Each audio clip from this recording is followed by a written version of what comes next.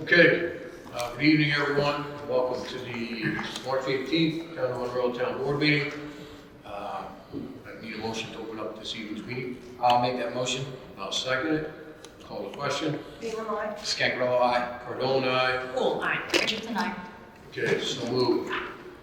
First item on the agenda is Chris Kopp from PKF Connor Davies, who is our auditing firm.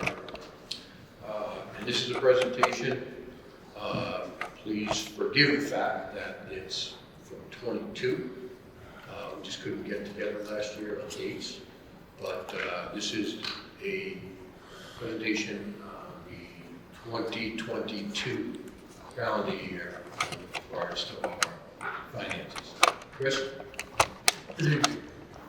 First, I'd like to thank everybody on the board for taking the time to let me present the results of our Could you bring that mic closer to you? Please. Thank you. I'd like to thank all the members of the board for letting us present the results of the December 22 audit. We are in a few weeks to start the 23 audit, and we'll get in here sooner so that you have the results of that audit. Tonight, what I'm going to do is, on the next slide, we're going to do a quick overview and some of the required communications that we are responsible to have the board. It's called those charged with governance. We'll talk about your 22 general fund, which is your main operating fund. We'll look at some of your major revenues. We'll look at a 3-year history of those revenues. Then we'll do the same thing for expenditures. Then we'll look at your fund balance, and I put a 3-year history of your fund balance in this report. And then you do operate some other funds where I've included their fund balances analysis for you. And then we'll talk about your debt service. So on the next slide, we'll talk about management's responsibilities. So you as a board have certain responsibilities. The first is to select and implement appropriate accounting policies for the municipality of your size and complexity. To make sure your financial statements are presented in accordance with U.S. GAAP. To establish and maintain effective internal controls to make sure you safeguarded your assets. You need to be in compliance with laws, regulations, provisions, and contracts. Another requirement that we like to think is the most important is to provide us with all the financial records so we can complete our audit. And also to set the proper tone at the top. What we mean by that is that you hold public hearings, that you allow the public to speak and voice their opinions. Our responsibilities, first and foremost, is to issue an independent auditor's report. I'm very pleased to say we received an unmodified opinion. That's also known as a complete opinion. It's the highest level of assurance of auditing firm and provider client. We also have to have the required communications, and we also issue a management plan. We're also required to communicate any fraud or illegal action noted during the course of the audit. And based on our test work, those items were tested, and we did not come across any fraud. We also conduct independent fraud interviews with different employees every year, and nobody indicated any issues either in those interviews. We didn't encounter any difficulties during the conduct of the audit, and there's no one corrected misstatements. What that means is during the course of the audit, if we find an adjusting entry, the town fixed all those entries that we suggested. And there are no disagreements with that. So on the next slide, what I tried to do is give you a higher level. How did your general fund do this year? Main operating budget, this is what's adopted by the board at the beginning of every fiscal year. So if you go to the bottom of the first column, that's your original budget. And you can see that there's a net number, 3 up from the bottom, negative 140,000. So if you would receive every dollar you budgeted for revenue and spent every dollar for expenditures, you would have utilized $140,000 of your surplus. So when you adopted your budget, you used $140,000 of your accumulated unassigned fund balance to mitigate the tax increase in the year. During the course of the year, you make modifications to your budget. That's what's known as the final budget. And you can see that number 140,000 remained unchanged. We get to the actual column, and instead of being in brackets as a use of fund balance, you can see that the town generated its general fund a $753,000 surplus. How did you do that? If we go to that variance column up on top, you'll see revenues came in about $452,000 better than you anticipated. Your expenditures came in under budget by $859,000. And under other financing sources, you can see that you did come in $418,000 under budget on that, and we'll talk about that when we get to the next slide. And overall, you did $893,000 better than budget. So how did we do that? On this slide, we'll talk about your revenues. You can see your property tax revenue came in right on budget. Your fines and forfeitures came in about $76,000 better than you anticipated. Again, this is 22 we're talking about, we're still ramping up from the COVID years where the court's getting caught up on its backlog. You started opening full time. Mortgage tax came in about $385,000 better than you anticipated. Again, you can see that your budget was $410,000. In 21, you collected 403, so you did expect a modest increase, but it did come in about 385 over. And I think that can mostly be attributed to the interest rates were very low, people refinancing, again, sales were robust, people, you hate to say, migrating out of New York City a little further away during COVID, so you had a good year. Your bus state aid came in slightly over, your federal aid for the bus came in slightly under, and then the big negative there is your federal aid and ARPA money. Your budget did anticipate using about $230,000 of ARPA money, but you didn't use it. So you left that money in unearned revenue for use in future years. I believe that number is still about $900,000 that you had out there at the end of 22. So you might have used some in 23. Your other revenues, which were made up of a variety, came in about $200,000 better. But as I said, you came in $418,000 under on the transfers. That's because you had anticipated moving some money over from your highway fund to the general fund, but you didn't need it. That's usually for shared services and allocated costs. And you didn't need it, so you left it in the highway fund where it can be used for highway purposes. So overall, you came in between revenues and other financing sources about $34,000 better than budget. On the next slide, as I said, I give you a 3-year history of those revenues.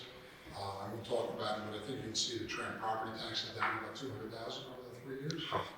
And your mortgage tax is way up. Everything else is pretty much steady. You can see the trend that matches inflation. On the next slide, we talk about your major expenditures. Again, it's a little harder to pinpoint all the places that you save money or might have overspent your budget because you have so many lines in the budget. So I try to pick the major ones. You can see the town justice went slightly over budget by about $2,300. Supervisor came in slightly under $595. So your first big variance is in the assessor's department, where it's about $65,000, and that was on your litigation line. You had put money on the litigation line, and you luckily didn't need it. The next line is buildings. You came in about $348,000 under budget, and most of that was in the building improvements and repair lines in the buildings department. So you must have planned some projects, and you didn't have to utilize the money that year, so that money stayed behind. Ambulance came in minor, $35,000 under, same with bus operations. And then cultural, which is mostly your senior program, you had a grant where you were expecting to spend about $193,000. You didn't spend the money and you didn't receive the money. So that money, that grant probably rolled into 23. So overall, your revenues came in about, as I said, $859,000 over.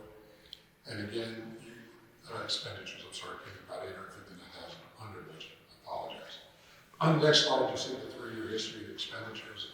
Again, I think the only thing worth noting is we go to the bottom line expenditures. You can see they're at $3.3 million, and you've actually lowered that to $3.1 million over the last few years. So again, you controlled your expenditures, and at the same time, you lowered your property tax. On the next slide is your fund balance. So you can see you ended the year in the first column in 22 with $3.6 million of total fund balance. Of that, $3,478,000 is what's known as unassigned. That's how much money is available for the board to address emergencies and use to help mitigate tax increases in the future. You also have $107,000 of non-spending. The bulk of that is prepaid related to the health insurance plans. We have prepaid, usually in January, December. And then you do have a small lease related, there was a Gasby out there that said you had to pick up some leases. So that had an impact of $89,000. But the big change probably was on the restricted line. You can see that in 2020, you had $331,000 on that.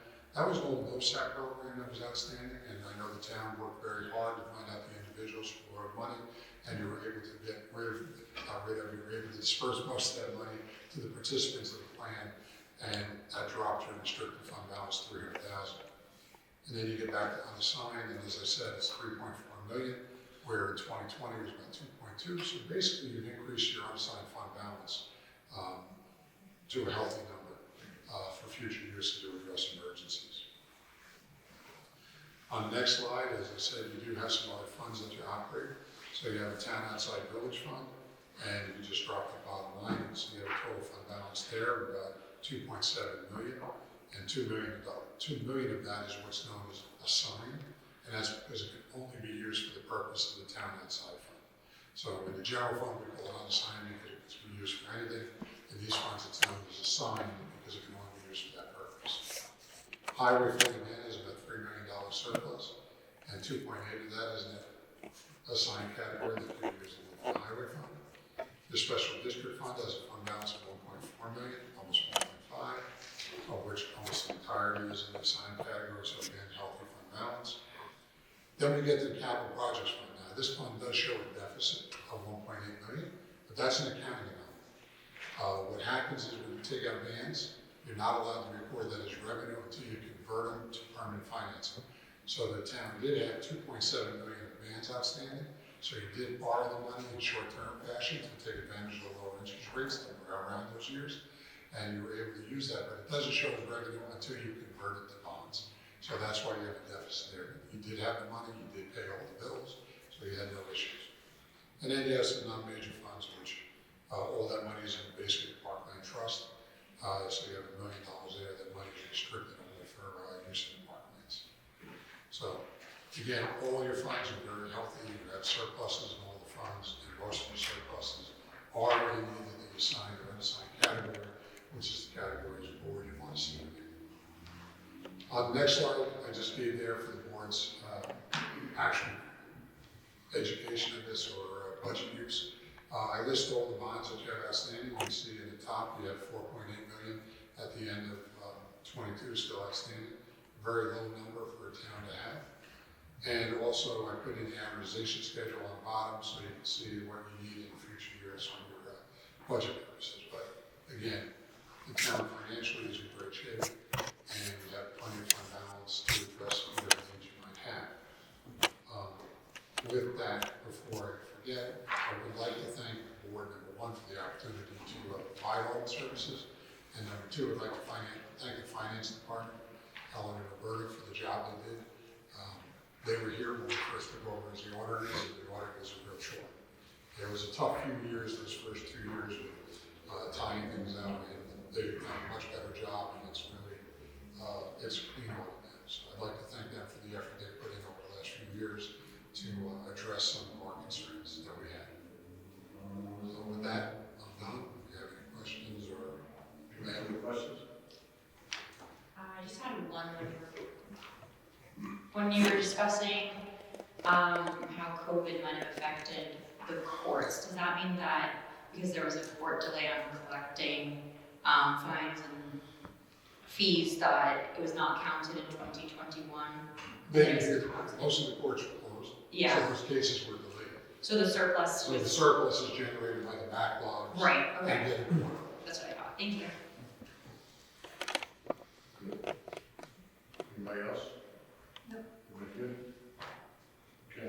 Okay, thank you. Chris, very can much. you, just one thing, actually, I just wanted to clarify, because on social media, we have somebody that just is consistently attacking the town board, and they're doing it in a manner that is obviously unscrupulous, and they have stated that we're $17 million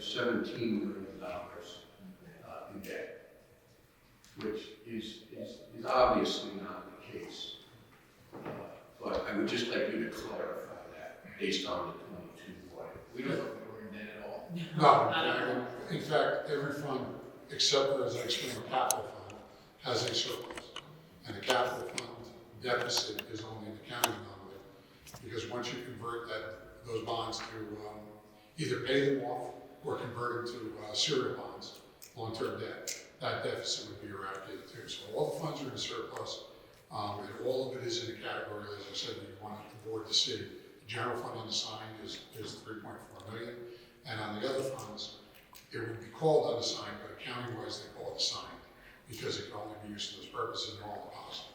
So again, you've managed your expenditures compared to budget, and your revenues very conservative, so you're in an operating surplus. Okay. And Tony, just so you do, Just so you are aware that most of the bans have been converted to bond. We do still have one ban, but most are bonds. Okay. All right. Thank you, Mike. Thank you. Like Chris said, thank you, Helen, thank you, Roberta, for all you do. Appreciate it. Again, if you have any questions, we're always available. I can always come back. Thanks a lot. Thanks, Chris. Thank you. Okay, Madam Clerk, it's 2024 tax season, any update? Yes, so currently we are at 87%. We'll be collecting taxes through April 1st, which is our last day of collection. The town clerk's office will be open from 4 to 6 p.m. extended hours, collecting taxes for anyone who wishes to come in during the evening hours. You can mail your payment into the town tax collector, 1465 Orange Turnpike. Please include your phone number on the check as we are coming to the end of the tax collection period. If for some reason we need to contact you, before that deadline. Your envelope also would need to be postmarked by the post office, not a meter stamp, to be credited.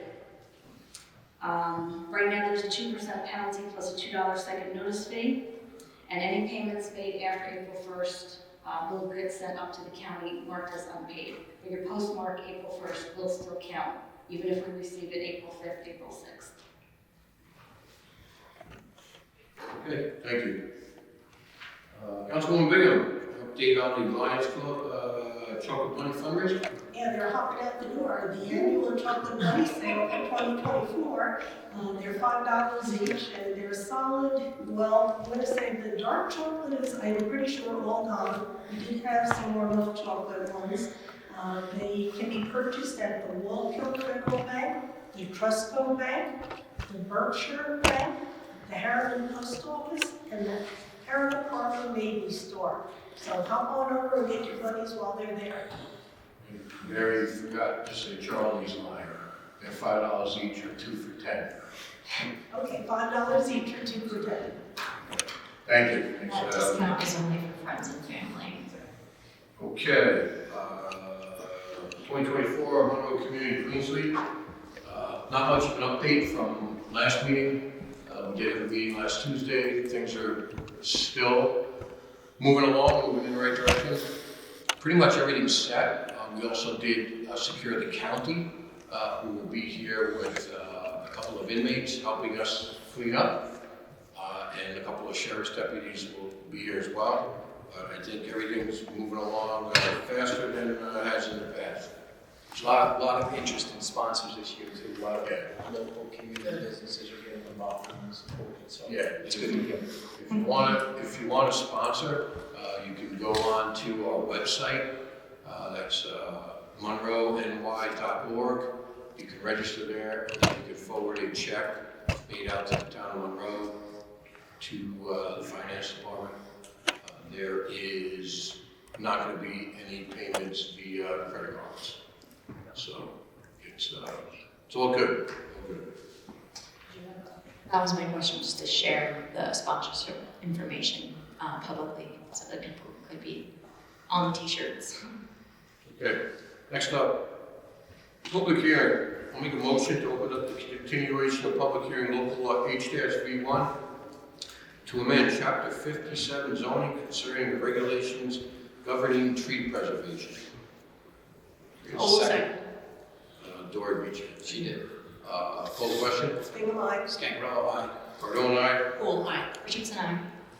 Okay, so moved. No public comment. No public comment. Dennis, do you have anything to add or? Not at this stage, no. Okay, Just to wait feedback from you, and I believe, as you were saying earlier, from the planning board. yes, we'll hear from the planning board, yeah. Okay.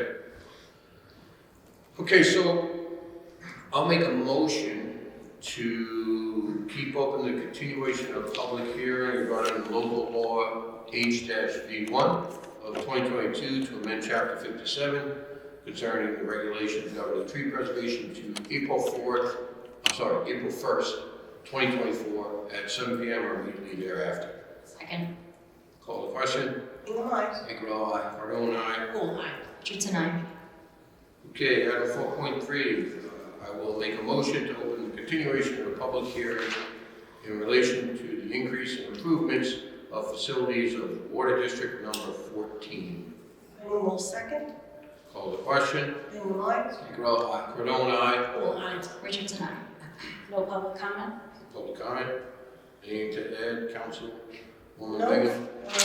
Did speak to Millennium earlier today, so we are still trying to pursue some grants on the federal level. Just gotta keep plugging away, trying and trying. So would you say we could hold this over for a month or two? Probably 2, because I think the deadline for the one grant that we're applying for is April 5th, and we're definitely not gonna hear anything right away. So 2 months, I think, will be fine. Okay, so I'll make, Sorry, I just had a question. Is this the time? Yeah, is this the Schumer submission deadline? Hildebrand and Joe Schumer, Schumer, yes. yeah. So And then Ryan was Yeah, told his- the advice was to submit for all 3 representatives at once. And we were lucky enough where basically the budget is kind of messed up congressionally where they're, I think FY 24 has not been officially approved, so everything's been delayed. So we have a few extra weeks from, I think the 13th they extended it, so it'd be good to submit both the highway and the water now and then speak with Pat Ryan's office about it. So yeah, 2 months supervisor would be fine. okay, so May 20th? May 20th sounds fine. So we'll Okay. make a motion to continue the public hearing until May 20th at 7 p.m. or as soon thereafter as possible. I'll second it. Call the question. Bingham, aye? Cancarella, aye. Cardone, aye. Full aye. Richardson, aye. Okay. Next up is the acceptance of the March 4th, 2024 meeting minutes. I'll make a motion to accept the minutes. I'll second. Any changes, alterations, corrections? Call the question. Bingham, aye? Cancarella, aye. Cardone, aye. Full aye. Richardson, aye. Okay, so moved. Item 6.1 is an abstract of budget transfers. Be it resolved that the Town Board of Town of Monroe makes a motion to approve abstract number 2024-9, which is titled 2023 Expenditure Adjustments totaling $23,384.66. I'll make that motion. I'll second. Any questions? Call the question. Bingham, aye? Cancarella, aye. Cardone, aye. Full aye. Richardson, aye. Good. Under new business, use of baseball and soccer fields at Monbassia Park. Emery Morris, our Parks Director, has asked that we pass a resolution, and I'll make that resolution. Be it resolved that the following organizations have applied for use of baseball and soccer fields located at Monbassia Park: Monroe Woodbury Little League, Monroe Woodbury United Soccer, Orange County Smash, which is a travel baseball team. Each organization has contacted Parks Director Emery Morris. Additionally, all paperwork has been submitted as it pertains to each field, and we are aware and agree, and they are aware and agreed to the schedule of usage along with the rules and regulations. Additionally, the certificates of insurance have been submitted naming the town of Monroe as an additional insured, along with fees and security deposits. Do I have a second? I'll Second for discussion. Can we post this information just because these parks are public use and that way, you know, informal users would be aware when not to show up? Where would you like to post it? On the website or on the Smith Close Park, wherever. It's not Smithville Park. Oh, okay. Whichever, So the town website. yeah, the town website seems best, and then if it's not. Do we get a schedule of their games? Do they provide us with? Well, Emery gets to schedule their games, and that does not necessarily mean they're using Monbassia Park. So I'll have her create a schedule, and we can post it on our website, which I think we have in the past. Madam Clerk, Yes. what's that? Yes, I believe it is there. Yeah, okay. All right. Call the question. Bingham, aye? Cancarella, aye. Cardone, aye. Full aye. Richardson, aye. Okay, so moved. Item 7.2. This is a motion. I will make it. Approve approving the hiring of Josette Figueroa for the position of part-time dial-a-bus driver, dial-a-ride, at an hourly rate of $21.20, and an anticipated employment start date of March 19th, 2024, which is tomorrow. Josette has been pre-approved for employment by the Orange County Department of Human Resources. Do I have a second? I'll second. Call the question. Ingram, aye. Scangarello, aye. Cardone, aye. Full aye. Richardson, aye. Okay, so moved. Okay, we have an intermunicipal agreement, which we have done in the past with the town of Wallkill. It was requested by Dial-A-Bus because seniors were asking for rides to go to Middletown to see doctors, to possibly shop at the Orange Plaza. We did have this prior to, during the first year of COVID, I believe, and we're just basically renewing that agreement with one change, which Middletown or town of Wallkill is allowed to now come down to the town of Monroe. So there's no cost associated with it. I'm going to make a motion approving the intermunicipal agreement, not involving any expenditures between the town of Wallkill and the town of Monroe, allowing mutual entry of dial-ride vehicles into each town and authorizing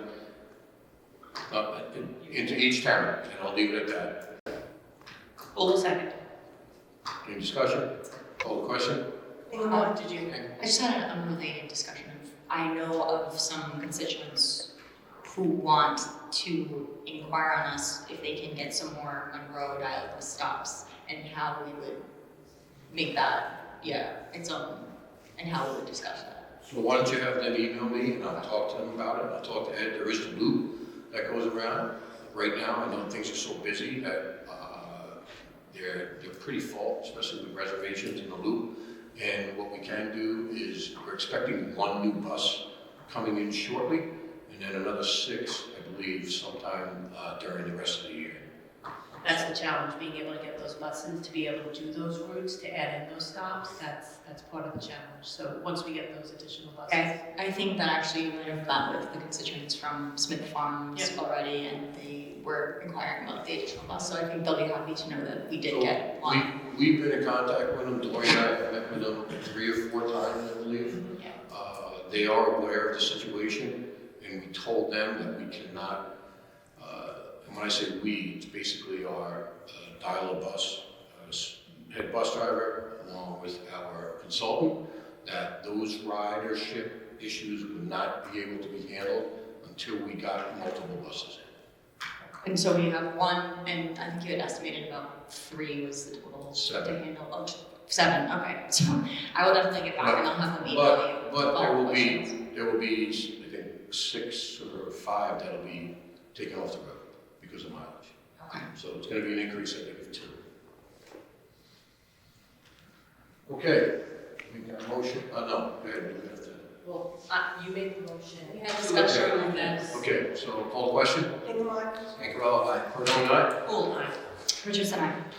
Okay, so moved. So now I will make a motion authorizing the supervisor to sign the IMA with the town of Wallkill for mutual bus services between the 2 towns. I'll second that.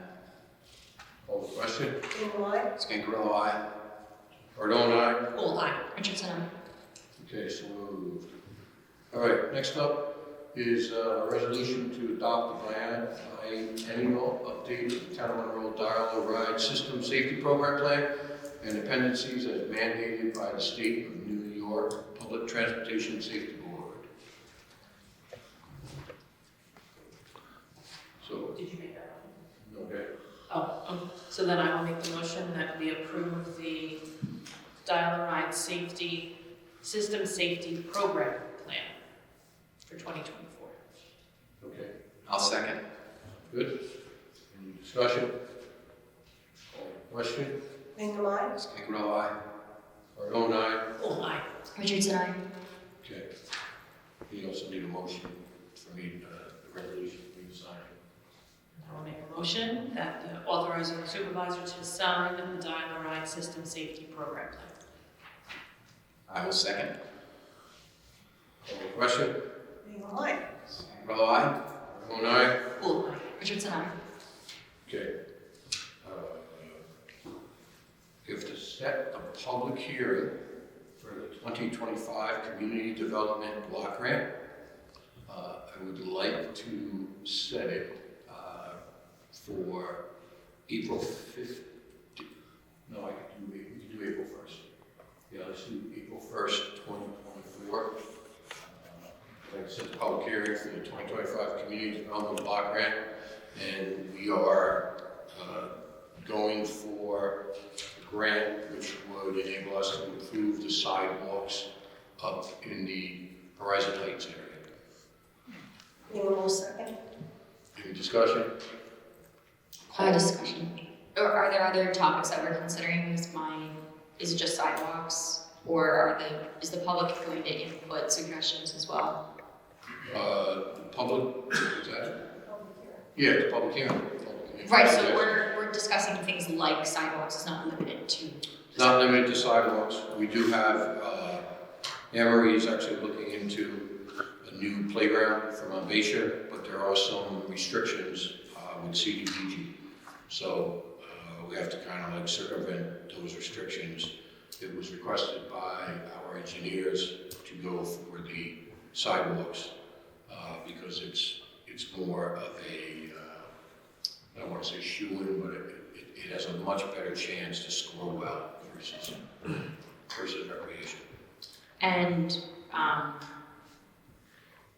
so, sorry, we are submitting our own suggestions and application for funding, but if the public comes for, say, something like, I've been getting a lot of emails about LED streetlights, is that something that we can include, or we don't have the time to add any additional, I don't know, like, yeah.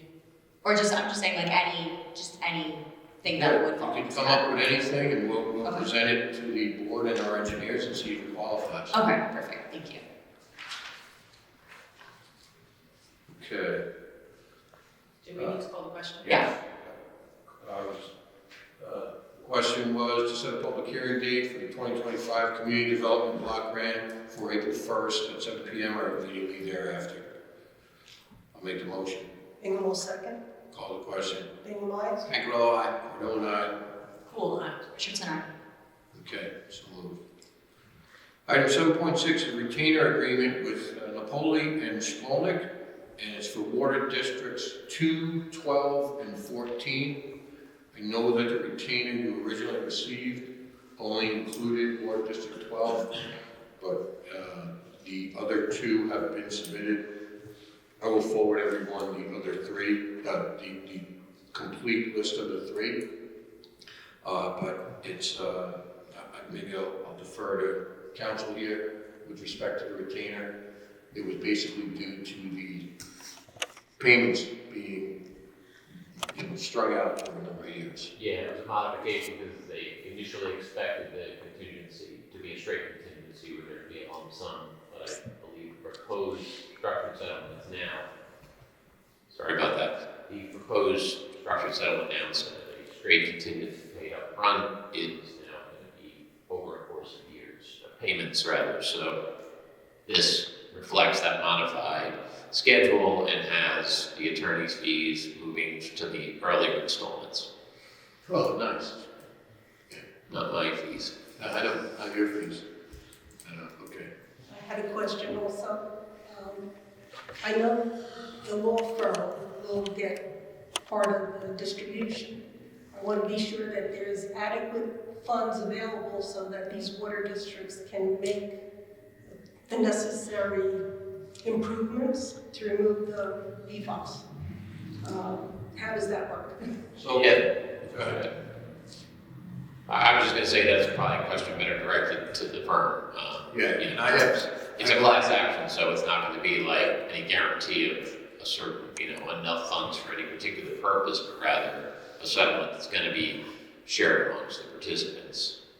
Well, I know I've been in class action suits and I've got like $40 because 40 million people applied. So Yeah. they're directed to this law firm, okay. Yeah, I don't think this will be like a. I actually directed it to them, I'm waiting for a response back, so I directed it to Mr. Napoli. I think how it usually works is they agree to litigate knowing that they're going to be fully compensated, correct? And that they are fully compensated before any other payout occurs. That's correct. That's. Yeah. So there's really no way, unfortunately, to guarantee that there will be any leftover funds because those who litigate are doing the work. They get paid first. They pay first. And there's no guarantee what the payout will be, so, but they're guaranteed to get paid well. Unfortunately, there's no way to guarantee that the PFAS will be funded for removal. Well, yeah, just to be clear, but it is contingency, so they can't eat up all of the settlement. They still taking a share of that, so even if it's paid up to them up front, that's just taking their share up front. But in other words, let's just say if it's 25%, that's the most they're gonna get, and then the other 75 gets distributed. Yeah. Okay. So we need a motion for the supervisor to sign. I'll make a motion for the supervisor to sign the retainer agreement with Napoli. How do you pronounce this last name? Shulman. Shulman. For water, the updated, I should say, agreement for water districts 12, 2, and 14. All will second. Call the question. Bingo, aye? Cantor, aye. Vote aye. All aye. Richardson, aye. Okay, so, last item on the new business is the discussion regarding MHE agreement for professional services related to Pilates Village Water District Extension. Mary, did you want to touch on the topic? Oh, I actually had a question. Since this only involves certain districts, only those districts are going to be responsible for any costs incurred with this? Yes. Okay. Always the case. Right, so that would be districts 8 and 10. And our park would at If- some time or if- another. Right, once they are made an official district. Good. Yeah. Good. I would I make a had motion. a question. Oh, So are you making a motion that I would second for discussion, is that? Well, I guess I would make the motion for the engineering, for the supervisor to sign the engineering, be it resolved that the town supervisor is hereby authorized to execute the modification to the retainer agreement, I'm sorry, I'm reading the wrong one. So Make this a was brought up resolution for to- discussion though, Yes. right? Okay, this is, yeah, okay, so I can just speak. Are we ready to adopt it? I have a question. So I was wondering how we can include Aero Park now on, or this is not about really costs yet. That's.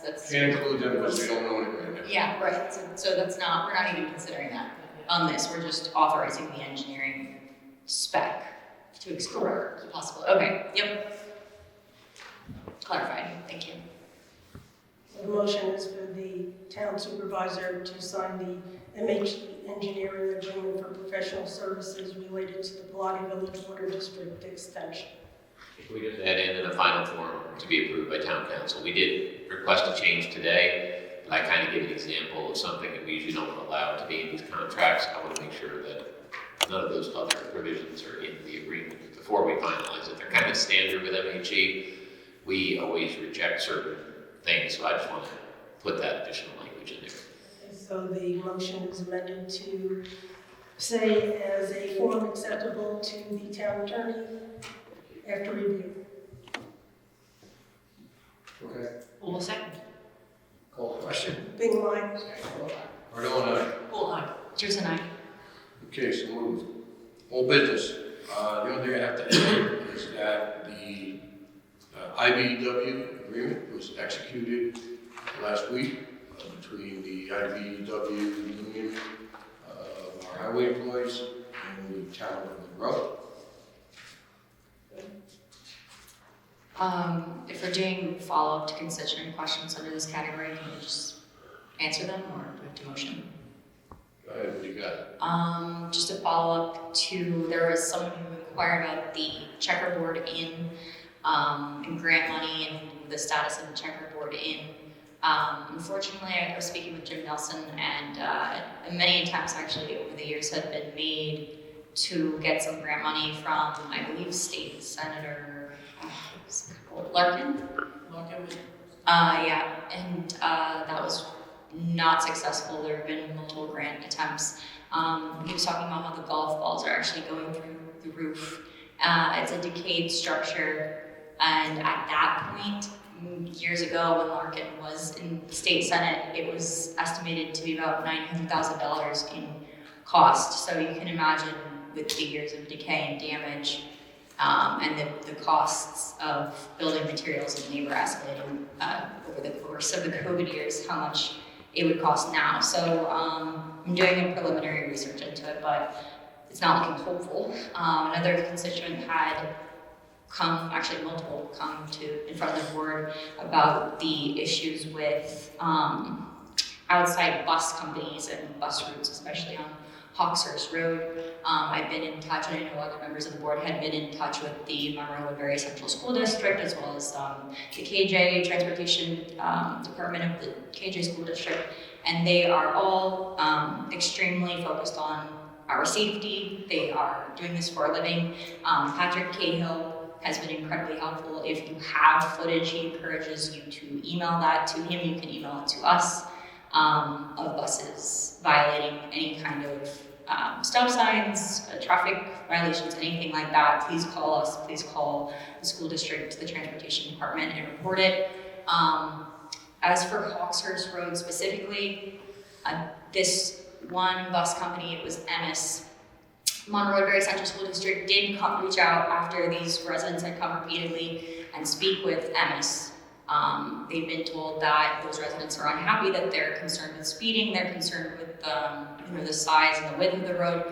Right now, it doesn't appear that the road is in any violation of transportation issues for the bus, and KJ has a very different ability than Monroe and Berry because we have so many students. We are like a machine with our busing schedules are so close. We have very intricate bus stops. We don't go in and out of routes. So it's a little unusual for residents of Monroe and Berry Central School District to see buses going down these windy roads, but it's not illegal. They're not committing mostly any illegal acts, and while it might be disturbing for them to see, a lot of this is just like they're picking up young children at their homes. So just please be mindful, like this is not against the law normally, but if you do see something that is completely outlandish, feel free to contact us or the Monroe Berry Central School District Transportation Department, and any videos or anything that you have,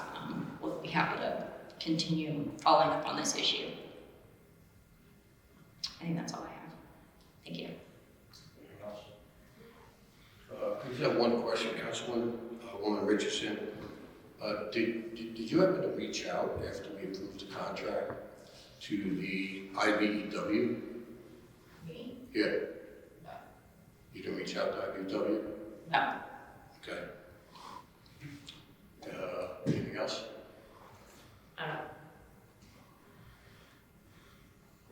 No.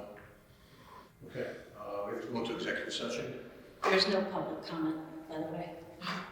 My mistake, sorry. That's okay. No public No comment? public comment. My error. Okay, I'll make a motion to go into executive session to discuss. What was the term you stated, labor?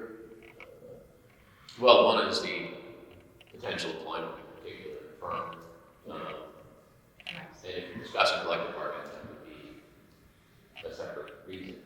Yeah, no, But the other one would be. nothing to discuss on collective bargaining. Okay. So then it would be the discussion of a discussion leading to the potential employment of a particular entity. Okay. All right, one question? Anyone? Cancarella, aye. Cordon, aye. Oh, aye. Okay, so move. I'm sorry, who's second just now? Okay, I'd like to make a motion to leave executive session and return to our meeting on March 18th, 2024. I'll second. Call the question. Big line? Scangarello, aye. Cardone, aye. Gould, aye. Richardson, aye. Okay, since there was no decisions made, I will make a motion to adjourn this evening's meeting. Who will make that motion? I'll second. Call the question. Big line? Scangarello, aye. Cardone, aye. Gould, aye. Richardson, aye. All right, so moved. Have a great evening, everyone.